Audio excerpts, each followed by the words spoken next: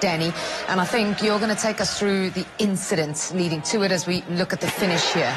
Good pen, nice and calm, keeps an eye on the keeper and just slots it down the middle, so credit to him for that. Never easy. In terms of the actual penalty itself, I think they came to the right decision, didn't they? We're going to see, is this... And this is the Virgil van Dijk tackle. On Ouattara? No. I think when it happened in real time, we all just thought, oh, it's a free kick, and it was a bit harsh. It's only when we heard that it was, there you go, they agreed it's a foul, which it was.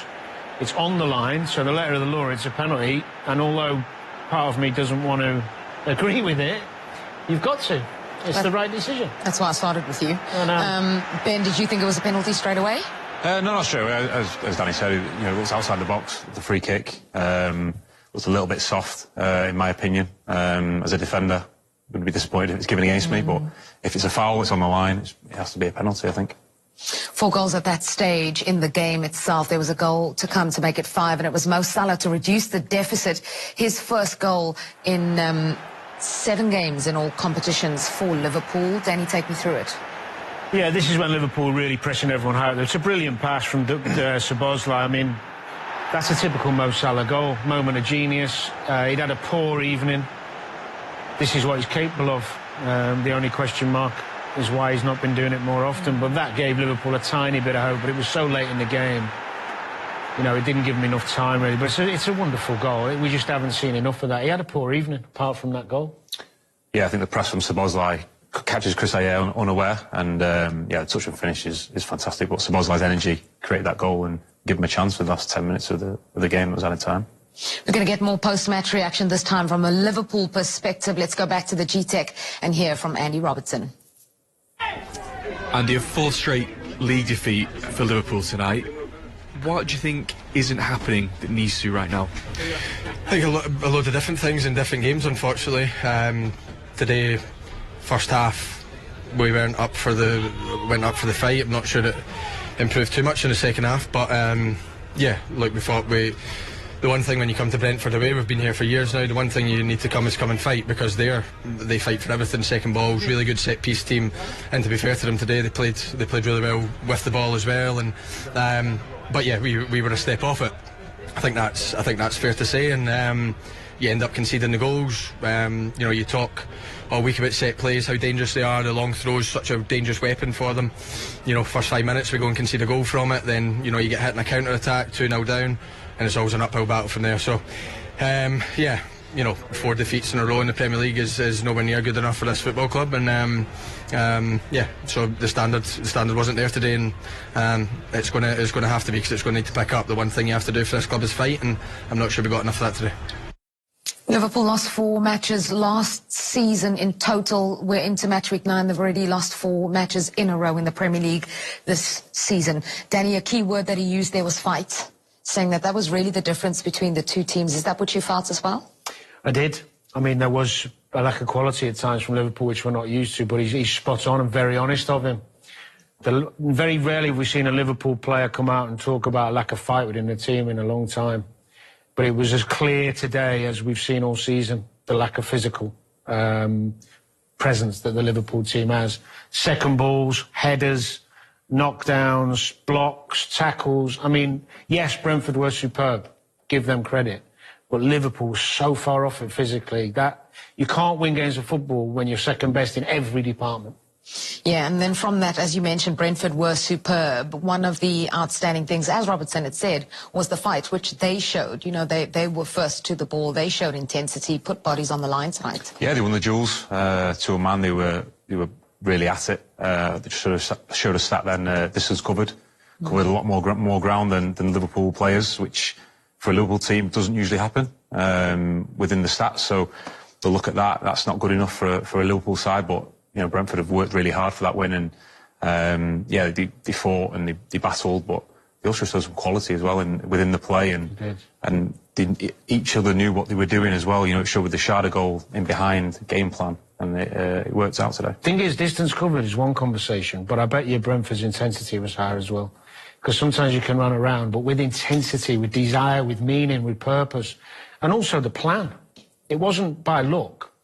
They knew exactly what they were doing. They'd worked on it, obviously. Keith Andrews had set up a game plan, and they nailed it. So the coach deserves credit, the players' physical condition, their technical ability. That was as good a Brentford performance as I've seen in a long time. Then just from your old side, Liverpool, of course, now, this is the big story because it's the reigning champions. They've gone 4 in a row in the Premier League, as I mentioned, 4 in the whole of last season that they lost. How do they get back to that? And how does he perhaps draw on the way in which they played against Eintracht Frankfurt in midweek, for example? Well, he's struggling to find the right solutions at the moment. There's going to be a huge backlash to this. But not just this game, the continuation of poor form in the Premier League. They've got 2 problems. One is the defensive issue, how open they are. And I think the other issue is the physical condition. Too many of the players don't look physically right, like where they were last season, and the new players a little bit off it as well. So it's a big dilemma, but they've got to get back to basics and quick. Well, a tough watch for you, Danny. Thank you so much for providing the expert. Well, they are difficult, but he's flat-footed, Ekitike, and early in the game, you've got to be bouncing on your toes, ready. You know it's coming. So you've got to win your duels, get off the ground. Poor start from Liverpool, really poor. And again here, this is the breakaway. Give the ball away in good possession. This is a brilliant pass from Damsgaard. I mean, as good as you'll see. And Sharda, we've seen in this position a lot already this season. He's calm with the one-on-one. But Liverpool's poor play when they've got the ball in good areas is the catalyst for Brentford to then break. And it's a great goal, Ben, isn't it, from Brentford? Yeah, it's fantastic. We've seen a lot from Brentford in behind. Sharda running already, even before Damsgaard receives the ball, and that pass is fantastic and really good finish. Yeah, just how good is it? How good is the pass? Fantastic. World class, would you say? World class from Damsgaard. He's such a good player. Yeah. He's a world class player, and yeah, he showed it there. Well, that was in the 45th minute. It's 2-0 at that point. You think Brentford are going into the half 2-0 up? Kirk is a lifeline for Liverpool. Well, this should have been the trigger for Liverpool to really get back in the game, and it was just for half-time, so a great tonic for them. One of the few times they got in behind the Brentford defence and put a good quality ball across the box. Kirkes, who'd struggled in the first half, actually did well here and kept it down to give Liverpool the boost they needed, just ready to go into the second half. Yeah, we said after that the next goal would be so critical. This is how the next goal came about from the penalty spot. Virgil van Dijk on Ouattara. Was it a penalty immediately when you saw it the first time in your mind? Not immediately for myself. You know, I thought it was a little bit soft even for a free kick.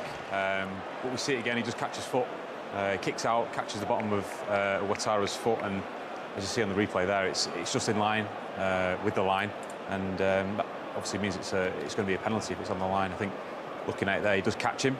I'd be disappointed with it as a defender myself, with it being given, but it's a great example of how many times Brentford get there first, get to the ball first. Calm penalty, actually. He's been terrific recently. He's been a handful to play against, good with the ball, good without it, a real focal point to this Brentford team, really calm, rolling it down the middle, something I would never do. Yeah, his 6th Premier League goal now in 12 games. Sorry, Brentford have scored a host of them. He scored 6. Couldn't remember the numbers or work that out. Let's look at the goal for Liverpool, though. That makes it 3-2. Mo Salah, we've been talking about him before. He needed to get on the score sheet. He did. It's a phenomenal goal. Typical Mo Salah, which we haven't seen enough of. He had a poor day. Szoboszlai was good again, showing his energy. Great little ball, and this is just what we expect from him and what we've been wanting him to do more of. The only problem with the goal was the timing of it, because it didn't give Liverpool enough time to make enough chances to get back in. Yeah, this is how Liverpool finished, with a flurry, though. A lot of time on at the end, and we had wondered, would they find a way back into the match? Yeah, the Salah goal made it a little bit nervy, the last 10 minutes, 11 minutes, but Brentford defended really well. The 2 centre-halves were fantastic, won everything in the box, crosses, and there you go. It means so much to Keith Andrews there, and a fantastic night for Brentford. Fantastic night for them, a memorable night for them as well. Just in terms of intensity and fight that Brentford showed tonight, far superior to the champions. Yeah, they were strong. You know, they were first to every ball, winning the duels, crosses coming in the box, winning headers. Everything that Keith Andrews would have wanted from his team tonight. Organised, played on the break, played in behind, and yeah, to a man, they were absolutely fantastic. Just so you guys know, I couldn't do the maths earlier on. It was in the moment. 14 goals Brentford have scored. Ouattara has scored 6 of them has Thiago. See, I even got the name wrong there. Why don't we hear post-match reactions now at the GTech Community Stadium? Here's Arne Slot. How concerning is this defensive problem now as you go through these weeks? Because it's happening too often, isn't it? Yeah, it does. Again, conceding 3 goals is far too much if you want to win a game of football. The first one was a set piece, which is maybe something, if you concede goals over, something you might expect because they're so strong on set pieces. Second one, counter-attack. I think one of the things they're very, very, very good at as well. We didn't defend that well at all. Now then we were lucky, or we did something well to still be in the game at halftime, because we did score the 2-1, and then in the second half a penalty made it hardly impossible for them to win here today, or to get a result here today. You've seen that penalty again. What's your thought on that? Yeah, difficult. The referee gave a free kick. I'm not too sure if he would have given the penalty for that, but yeah, he gives a free kick, and then the VR says it's inside. Yeah, then you have to accept that if it's inside and the referee has given a free kick, then it's overturned to a penalty. If I look at the same situation from Cody Gakpo in the first half, for me that was more than this one, but yeah, you cannot compare these situations because the referee, I don't think he was planning to give a penalty for it.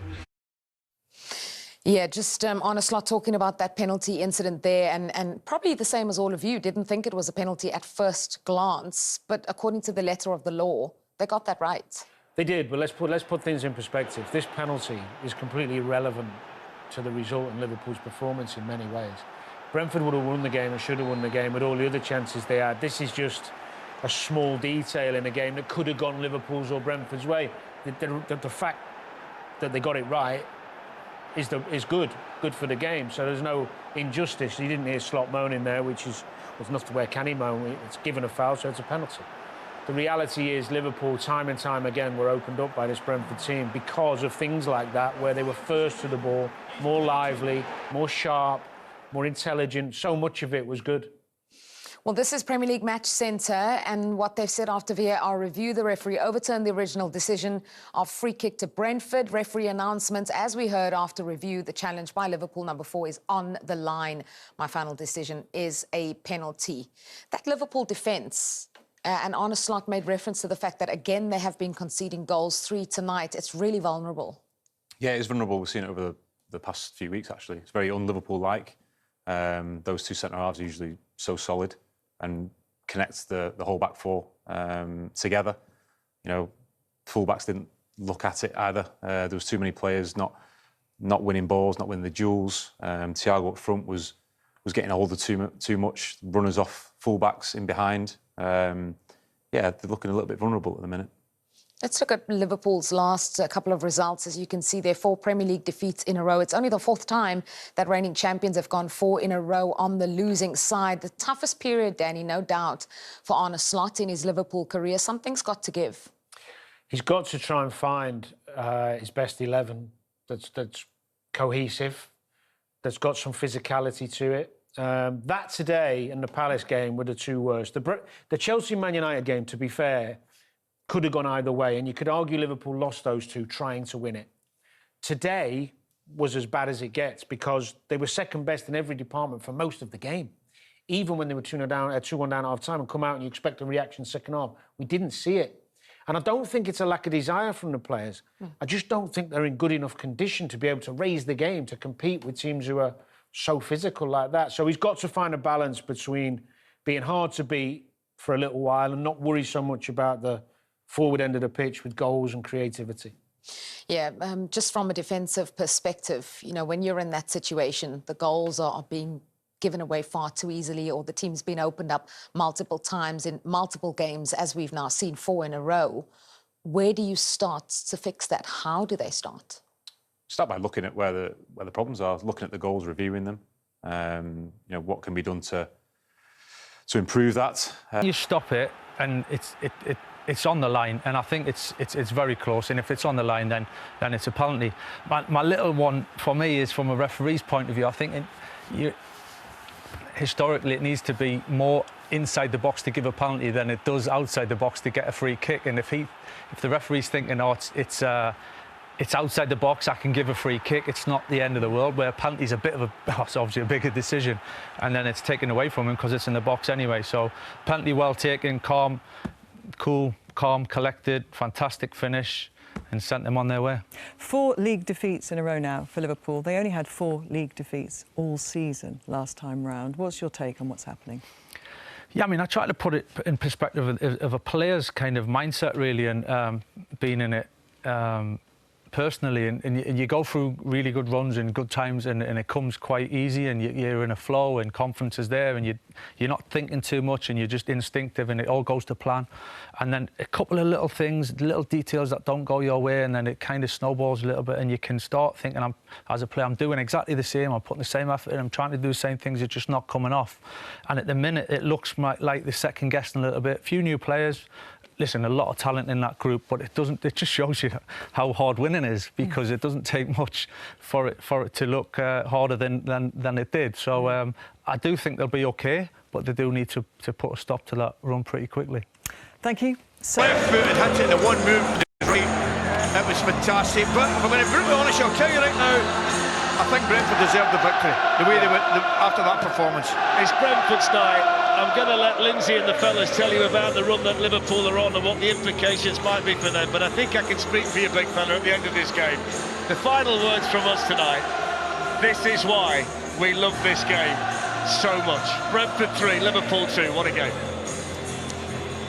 Wow, guys, you go and take a breath. We all love that as much as you did. We said it was going to be prime time, and my word, it delivered. What a brilliant, bonkers, crazy game of football. Fletch said, Joe, that's why we love football. That is why we love the Premier League. That is why we love football. Incredible. He had drama, he had quality, he had passion. That man in your picture, Keith Andrews, had just taken on the baton from Thomas Frank and pushing this club up the table. Liverpool, there's discussion, but this is Brentford's moment. Wonderful performance from the team. Brentford up to 10th in the table after that victory. Back-to-back wins for them. Liverpool dropped to 6th place. They are now behind Man United in that league table. If Arsenal are to win tomorrow against Crystal Palace, the Reds will be 7 points behind the Gunners. Tough night for them, a 4th defeat in a row in the league. But Macca, as Joe said, first of all, this is all about Brentford right now. Just what is it that they do that is so effective, that they can mix it with the big boys so often? Well, they've got a game plan, they stick to it, they work hard, they've got a cohesiveness together, they know what their strengths are, and they play to their strengths, and they got their just rewards today.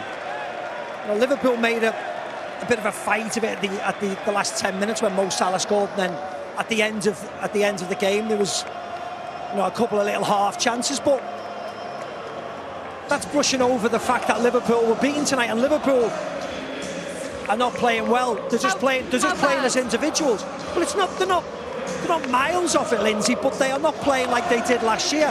They're just waiting for moments of magic at times by various people. They're not playing as a unit. They're very, very open, and they start to panic. So the football is very, very chaotic. They have to get back to what they did last year and the good part of last year and play as a unit and play together. But it's just all hit and miss at this moment in time. Everybody's running around all over the place. They're not solid in midfield because they're trying to jam players in there who probably should be just taken out the side and left at the moment.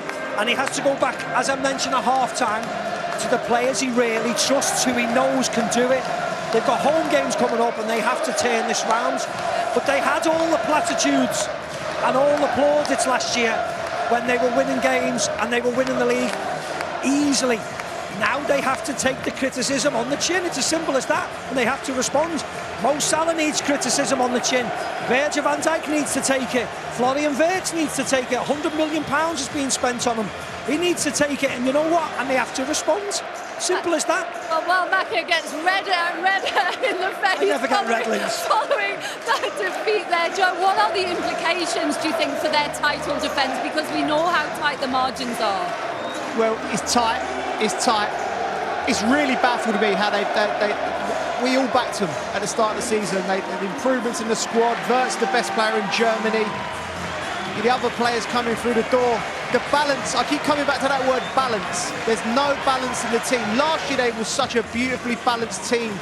You know, there was nobody counter-attacking on them. There was no The set pieces weren't a problem. Van Dijk was Van Dijk. It's just they haven't quite got it. And Arne Slot needs, I agree with Maka, go back to the tried and tested for a few weeks. The players you can trust, you know, get the simple things, do the basics where they're conceding too many goals. You can see the Brentford players heading up to huge applause here. John Henderson clapping the fans. He got a great reception from the Liverpool fans as well as he headed around that way. But the fans are absolutely loving it this evening. A brilliant win for the Bees. A 3-2 victory over the champions. Lots more to come from the G-Tech. But before that, let me tell you that Liverpool's fragile momentum was dealt another crushing blow tonight as they succumbed to a 3-2 defeat at Brentford, extending their league losing streak to 4 and deepening concerns over form, structure, and resolve. From the outset, toppling a Brentford side with energy and ruthless transitional threat was always going to be a challenge. But what unfolded was a half of collective lapses and tactical frailty that Liverpool could not overcome. Within just 5 minutes, Dango Ouattara volleyed whole from a flicked long throw, exposing a brittle defensive setup that looked unprepared for Brentford's weapons. Liverpool attempted to assert control and possession, but chances were half-crafted at best and lacked the sharpness required. A dangerous move saw Ekitike's flicks go awry, and Gakpo's forays were repelled. As the half wore on, Brentford's direct patterns, especially Kevin Shade's burst into space, caused repeated havoc, culminating in a second goal just before halftime after Damsgaard slipped a ball behind the backline. Yet there was a glimmer of hope. In the 4th minute of first-half stoppage time, Connor Bradley's low cross found Milos Kerkez, who turned elegantly and converted from close range to half the deficit heading into the break. It was a small spark amid a lopsided first 45. But the second half quickly turned away from Liverpool's grasp. On the hour mark, Virgil van Dijk's hasty challenge on Ouattara was adjudged to have occurred inside the area after VAR review, and Igor Thiago stepped up to dispatch the resulting penalty coolly. Brentford restored their 2-goal cushion, and the momentum showed no signs of relenting. Arne Slot responded with multiple changes, attempting to reshape the attack and invite pressure. Formations became fluid. Szoboszlai shifted to the right flank, Chiesa was introduced, and McAllister pushed central. But defensive cuts remained gaping. Nathan Collins and Vandenberg both made crucial blocks to deny Salah and maintain Brentford's slender hold. Liverpool's resolve finally cracked through in the 89th minute. A loose pass was seized by Szoboszlai, who sliced inside and fed Mohamed Salah. With a crisp first touch and a thunderous volley into the underside of the bar, Salah brought Liverpool within touching distance. But what followed was more desperation than structure.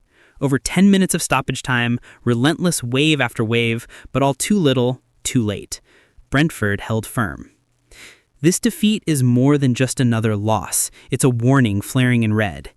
Defensive vulnerabilities, especially on the flanks and in transition, are being ruthlessly exposed. The long throw and direct game that Liverpool historically handled with confidence are now recurring nightmares. Brentford's pace, aggression, and decisiveness off turnovers show how far the Reds have slipped in sharpness and cohesion. Slot's tactics are under increased scrutiny. The balance between press intensity and structural soundness appears off. Injuries or not, Liverpool looked short of ideas in game management and defensive cover. The club's pressing style has occasionally turned against them, leaving gaps at the back and isolating moments of individual error. If there is any solace, it lies in the fighting spirit showed in the closing stages, and in moments of quality from key players. But leaking goals so early and allowing control to slip twice over 90 minutes cannot become the norm. The Reds must regroup, reassert their identity, and rediscover solidity, or risk this spiral becoming a collapse. Next fixtures are looming. The reaction must be swift and uncompromising. Liverpool cannot afford to wait.